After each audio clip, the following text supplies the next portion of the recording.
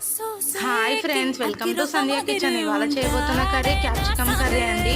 కావాల్సిన పదార్థాలు: పావు కేజీ క్యాప్సికమ్, ఒక ఆనియన్, ఒక 2 టమాటాలు అండి. స్టవ్ వెలిగించుకొని స్టవ్ పై బాండి పెట్టుకొని ఒక 3 పావులు ఆయిల్ పోసుకొని కొద్దిగంట పోపు దినుసులు, కరివేపాకు రెమ్మలు, ఆనియన్స్ వేసుకొని బాగా వేపుకోవాలండి. కొద్దిగంట వేగిన తర్వాత టమాటా ముక్కల్ని వేసుకొని బాగా వేపుకోవాలండి. క్యాప్సికమ్ ముక్కల్ని వేసుకొని కూడా ఒక 5 నిమిషాల పాటు మూత పెట్టేసుకొని మగ్గనివ్వాలండి.